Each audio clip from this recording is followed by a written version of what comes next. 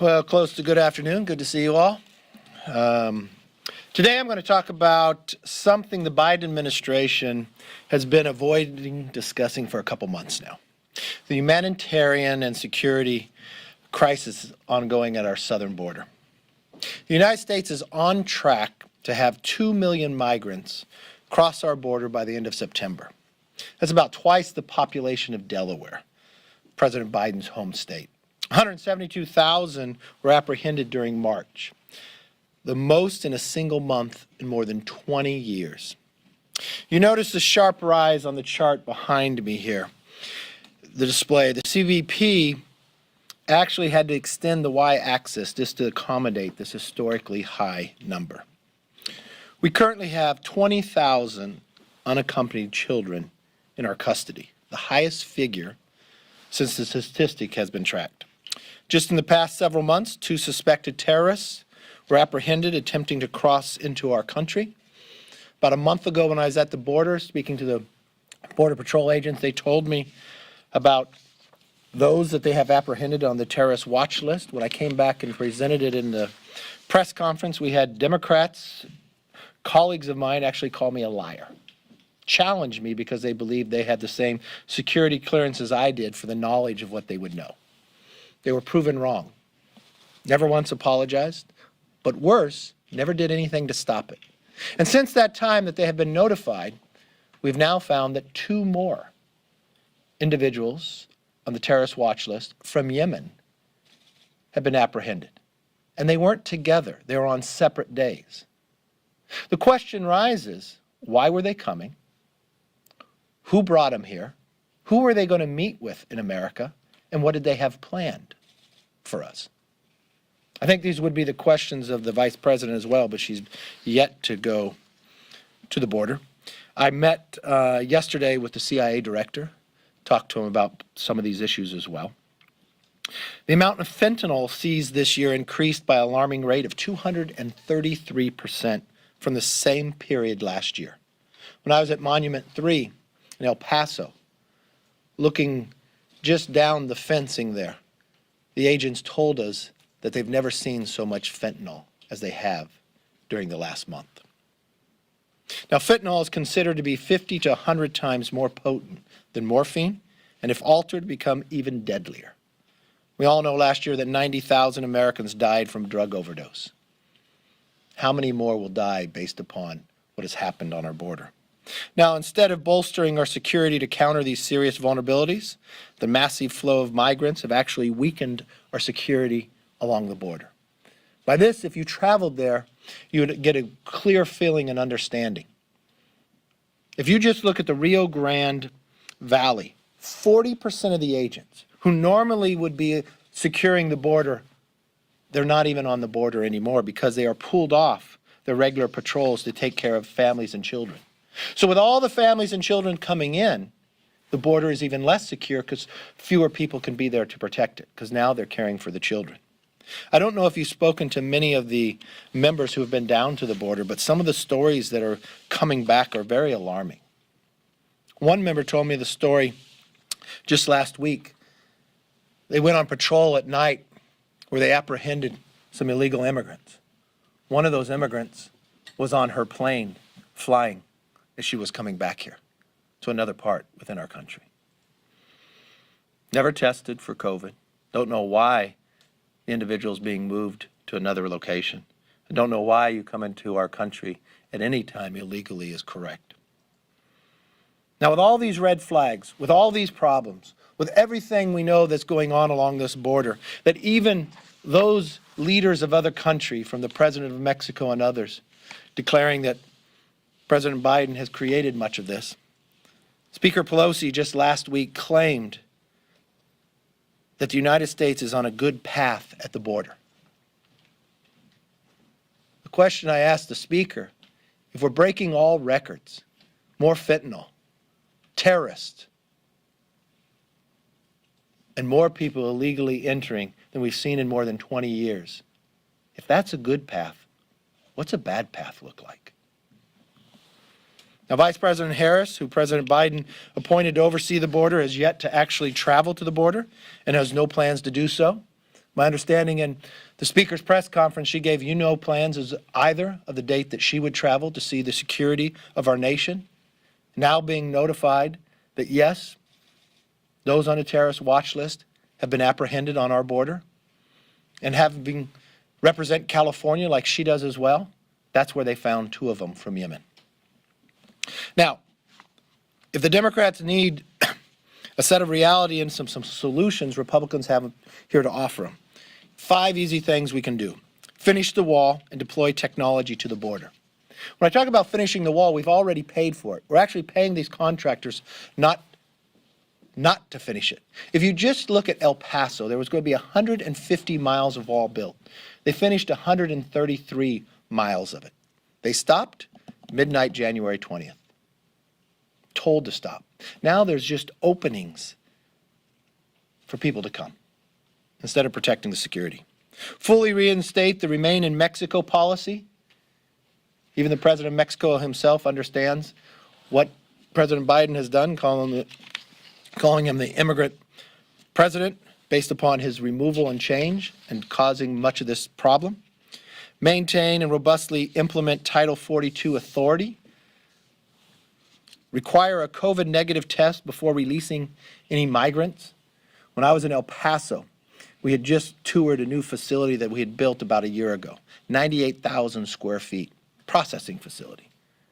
They built it so large they thought they would never meet capacity. That day they met it, that soon. Man, 120 agents were not able to protect the border. They were there. The children that are all put together, never being tested for COVID. And that day that we were there, they was notified that they were sending 1,000 to Midland, 3,000 to Dallas, not notifying the mayor or others, and moving them into the communities not being tested. Now, I don't believe Democrats are interested in solving the crisis their own policies have actually created. If President Biden had sent Vice President Harris in charge, the first thing you think she'd want to do is to go see where the problem lies. You believe that she'd want to solve it. There has been no legislation that changed. It was only the orders of the president himself. He can solve this problem very quickly. But this is more than a humanitarian problem. The number of times you see children crying left all alone. The agents themselves, who are mothers and fathers, told me a story of coming upon 3 children, the age of 1, 3, and 5. Nobody around them for miles, in tears. You just watched last week a young child crying coming up to an agent.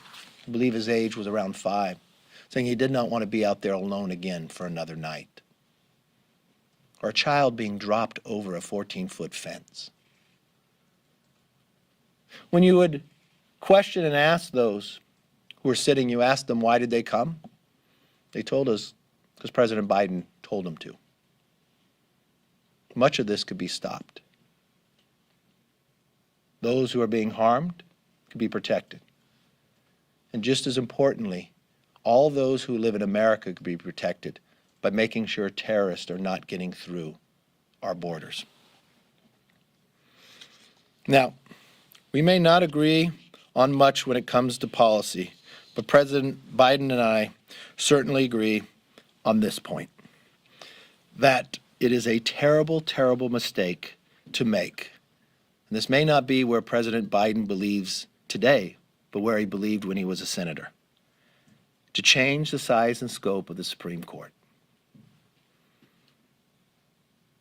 And to put it in question, if for an entire decade the independence of the most significant body, including the Congress, in my view, the most significant body in the country, the Supreme Court of the United States. I still believe that. I wish he would believe that as well. Just as we speak today, right now, I know Democrats are holding a press conference to announce that they plan to dismantle a government institution in pursuit of their socialist agenda. To totally take over another branch of government, to have control purely for a political basis. Their legislation aims to expand the Supreme Court by 4 seats. That makes a real difference, 4 seats. Ironically, it's the same number needed to give Democrats a 1-seat edge and the President Biden the power to appoint for justices. Never in my time in politics did I ever believe they would go this far. Never did I think, even if my disagreements with Democrats, I question, is there a moderate Democrat left in the party? This power means so much to you that absolute power corrupts absolutely. You will change the course to capture another form within a judicial power simply to control more.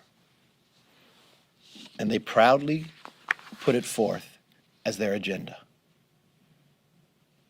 It doesn't come from someone sitting in the back. It comes from the chairman of the Judiciary Committee. This is their agenda. This is their hopes. But this is what's wrong. With that, take it up for questions. Yes, sir. The House Judiciary Committee has oversight of the Department of Justice. So is it appropriate that when a member of that committee is under investigation by the Department of Justice, that they stay on that committee, like Representative Gates? Are you referring to is Matt Gaetz going to stay on committee? Matt Gaetz is the same as any American. He's innocent until proven guilty.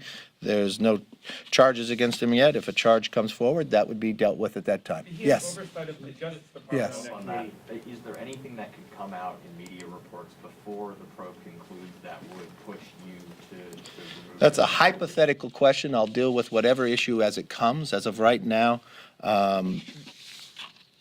Matt Gaetz says he is innocent. There's an investigation going on, and I'll let the investigation take care of itself before I take any action. Mr. Leader, have you spoken to Congressman Gates? Yes, I have.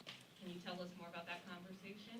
I've spoken to Mr. Gaetz about the accusations. He's told me he's innocent of the accusations. I explained to Mr. Gaetz the rules inside our conference. If there was something to come forward, we'd take action. When did you speak with Yes. him? Joint address to Congress later this month is a new limited number of tickets. What's your understanding of how the tickets are going to be split up, how many tickets Republicans are going to get, and do you anticipate that you will be attending?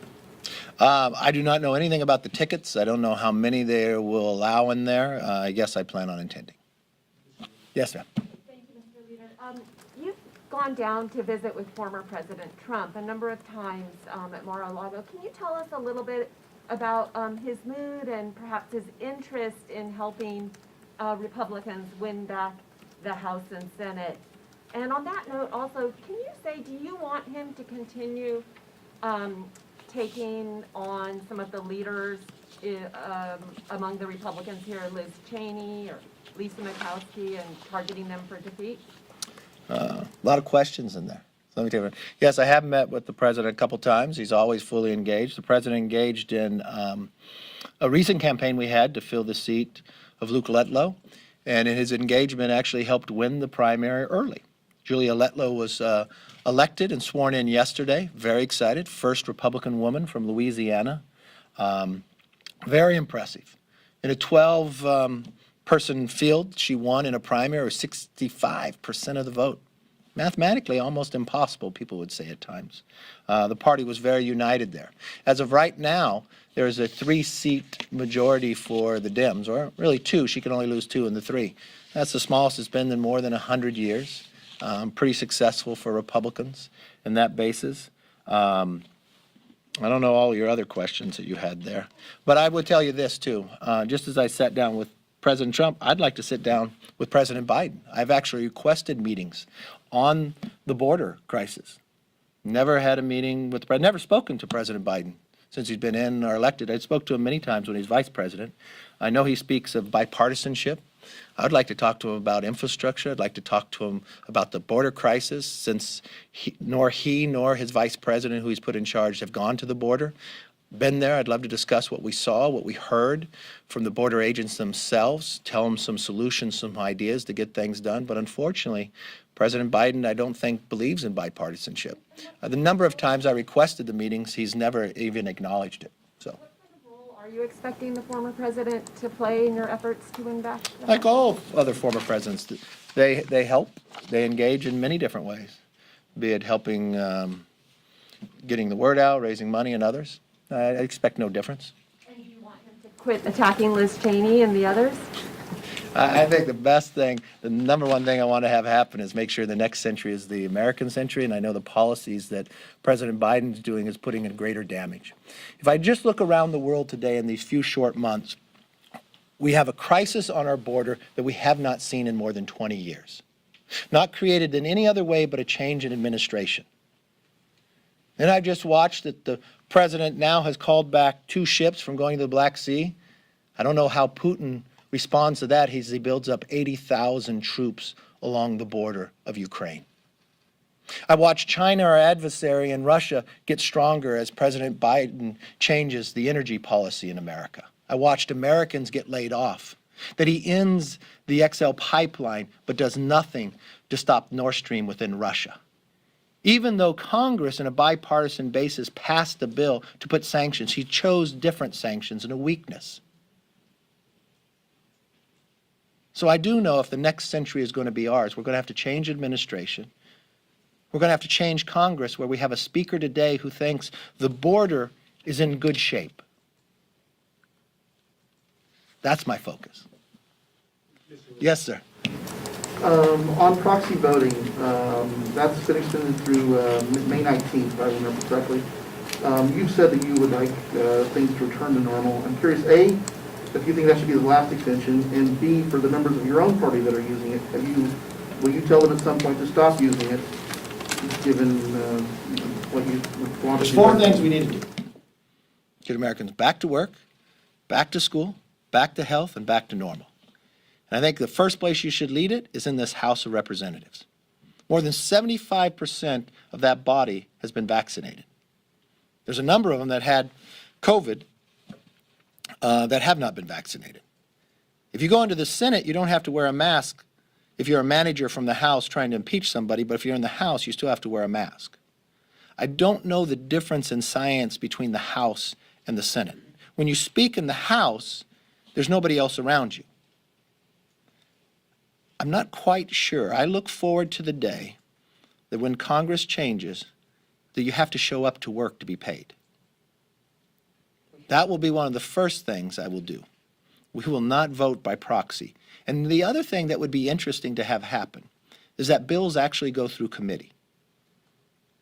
So voices that constituents around the world, around the country, lend their voice to their representative, that could actually be heard and have input on bills. So you would not support another extension? No, I didn't support the creation of it. If we are essential through all the history of America, through war, through plagues and others, even within the Civil War and Capitol being burnt, we still showed up. This is the first Congress that can't. I've watched congressional members be on a boat and vote. They're with their family out on a boat. They're still getting paid. And they zoom in for a vote. That's appalling. And members of your own party that are using it? People should be here to work. There's an exception. If there was an exception out there, I'd say Dan Crenshaw has the exception, because he's not allowed to fly, because he has to sit face down, because of his dedication to this nation. Yeah, he was injured and his eyes hurt. That's the person I would say would have an exception. Yes. Well, let's give it to our favorite. All right, we got a list. We're going to guess what you're going to ask. When Paul Ryan was speaker, Yeah. his staff. Oh, we're looking forward? We're going Paul Ryan, Can I okay. ask my question? Yeah. When Paul Ryan was speaker, his staff had a conversation with Matt Gaetz about his professional conduct. Okay. Were you ever aware of any No. red flags, any concerns about his conduct when you were majority leader? When I was majority leader, I wasn't part of that discussion. I didn't know about that. Lots of times as speaker or leader, if you have discussions with members, I guess, for the privacy, they have that. I did not know about that till I read it in the article. So there was no red flags about his conduct raised to you at all, or your staff? I did not know that conversation, or I don't know what that conversation was either about, just what I read in the paper. But just in general, his behavior, his conduct, was there anything raised to you at all? You'd have to see Matt Gaetz. If you wonder if I knew anything about what is being alleged now, no. All right, you all have a nice day.